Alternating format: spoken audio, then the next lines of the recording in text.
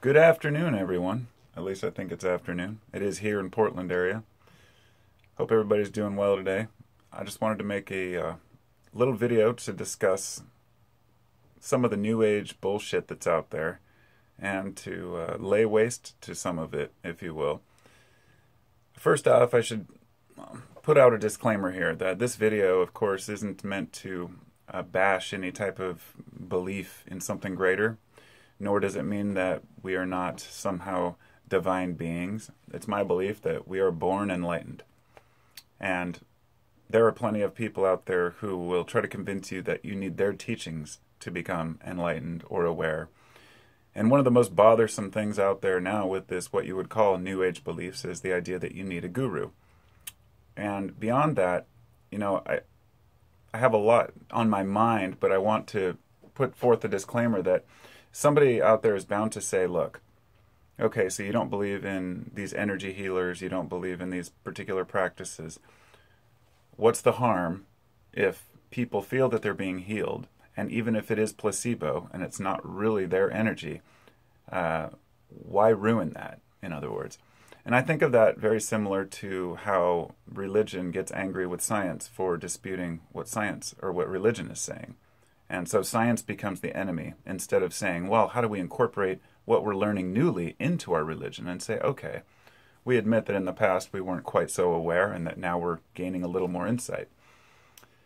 But the New Age group, they turn that on their heads and say that in the past we were utterly enlightened and connected and that everyone was spiritual and that we all had these psychic abilities and that for some reason in today's world we have fallen from grace and that we are going to once again move into this age of Aquarius, this age of enlightenment where everyone will be happy and fine and dancing on earth.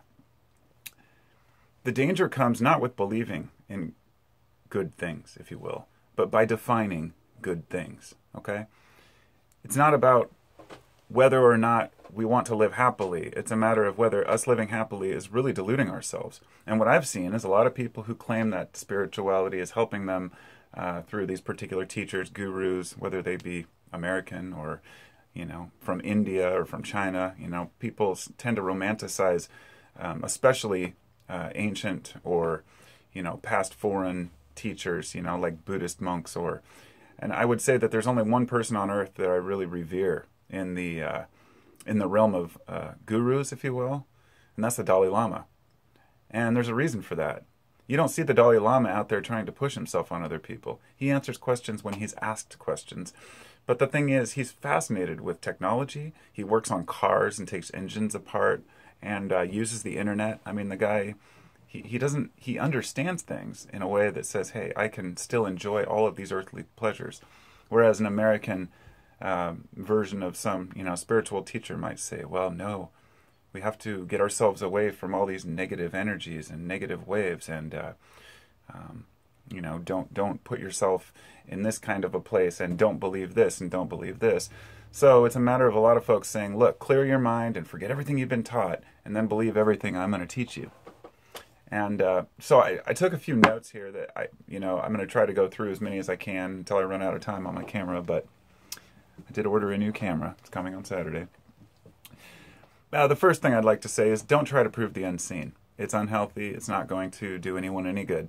As long as people are trying to prove their beliefs and religions and push them upon others, and this includes any type of energy healing, New Age practices, crystals, chemtrail beliefs, and this goes beyond spiritual beliefs, but things that you cannot prove conclusively to one person or another, if you can't have a civil discussion about it, then walk away from it. There's no sense in having, anger or frustration about this.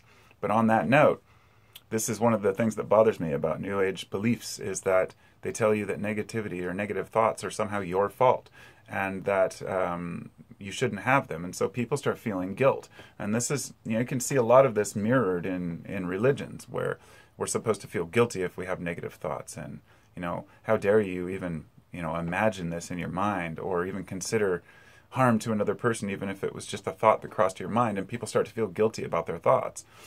And if you stop looking at your thoughts as positive or negative and look at them for what they are, and the same with emotions, like hatred is not the opposite of love. That is how we perceive it. This is, a feeling we have whether hatred is really a feeling, I should say, anger or frustration. It's not an opposite. It's all part of the same thing. They are different degrees of how we feel. And to move on to the next one, so I don't go on too long on particular things, one of the things is that beyond denying negative emotions, people will often say, well, we just need to stop thinking about these things and move into a positive attitude. A lot of people have childhood traumas that they need to resolve, and through dealing with these, people can overcome them. And there seems to be an out-of-sight, out-of-mind attitude with, well, whatever happened to you when you were young, you can overcome that by just being more spiritual. It's complete nonsense.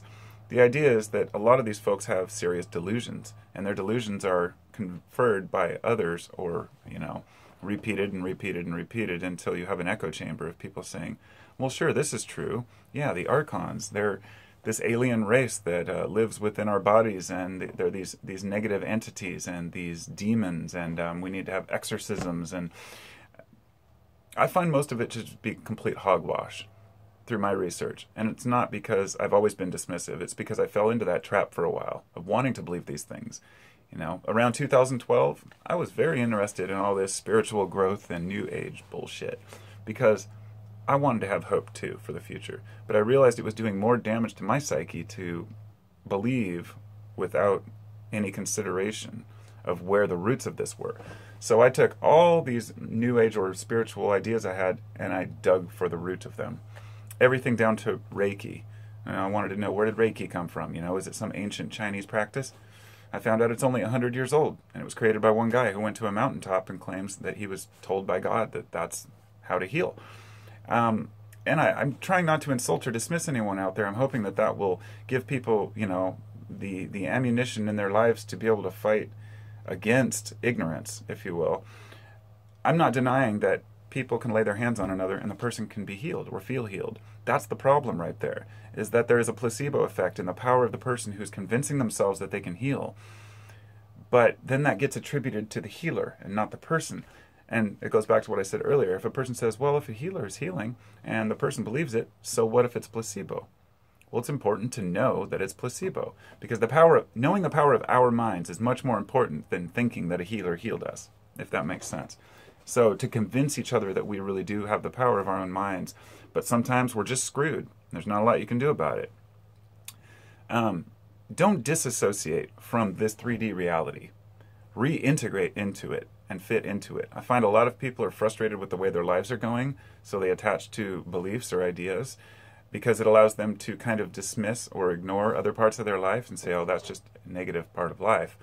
But the idea is to integrate. That's what integrity means. Having integrity means you're able to integrate into your life and make it work. And that means you can't dismiss negative emotions. You have to be completely aware and on top of these things and look at them, read them, and they will pass, I guarantee. You will learn to deal with your thoughts.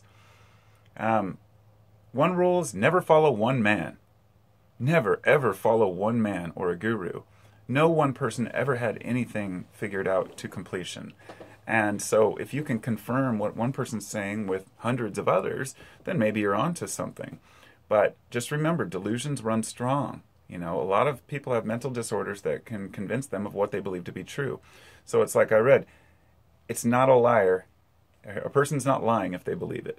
And that's a very difficult thing to deal with. A lot of people truly believe what they're saying. For me personally, like if your teacher resists mainstream, if they say the mainstream's the enemy and that, you need to go a different route, there's something wrong. Because it's basically saying that humans are all flawed and that, we're all delusional and we've all fallen into this wrong path, but this person seems to have this right path. You have to ask yourself, if you followed through with that, how would the world look? And if you make a mistake, people are likely to say it's karma. Now I'm getting really tired of karma being used as the scapegoat for everything that doesn't go our way. Or the idea that, well, everybody will get their karma. The truth is, karma may be a real thing, but it may work in many different ways. A person may feel crappy inside because they've done something wrong, but nothing wrong ever happens to them. Or a person may get completely screwed over and have their legs chopped off when they're 5 years old and never have done anything wrong. The idea that somehow we've deserved that, or that, well, that's just, your path or your purpose in life, is bullshit. And along with purpose in life, there are people who tell you that they can help you find your purpose in life, and that is bullshit. No one can help you find your purpose. It's not like something that you lost under a fucking cupboard or under a rug somewhere and like, The one thing that we are born with is the ability to make our own decisions. So we let go of that bullshit. Let go of the idea that ego is a trap and that you shouldn't have an ego, or that you should abandon your ego. Your ego is what makes you you. One of these things is, if it's an issue that you can't resolve, then it rarely helps us.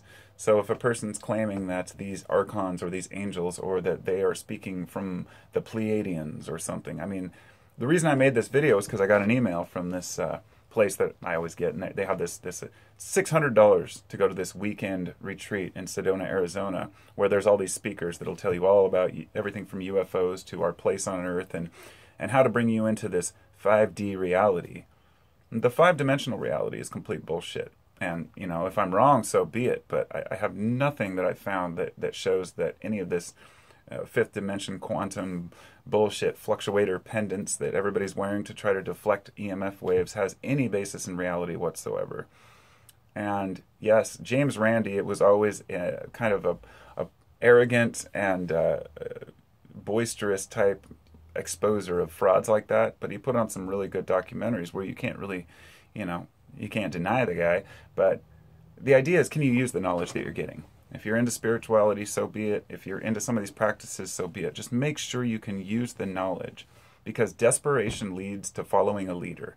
It's something that all humans, we all have a little desperation. And if anybody throws in quantum or any of these fancy words into it, what they're trying to sell you, just be wary.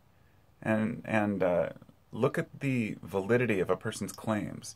Look at their history. What did they do?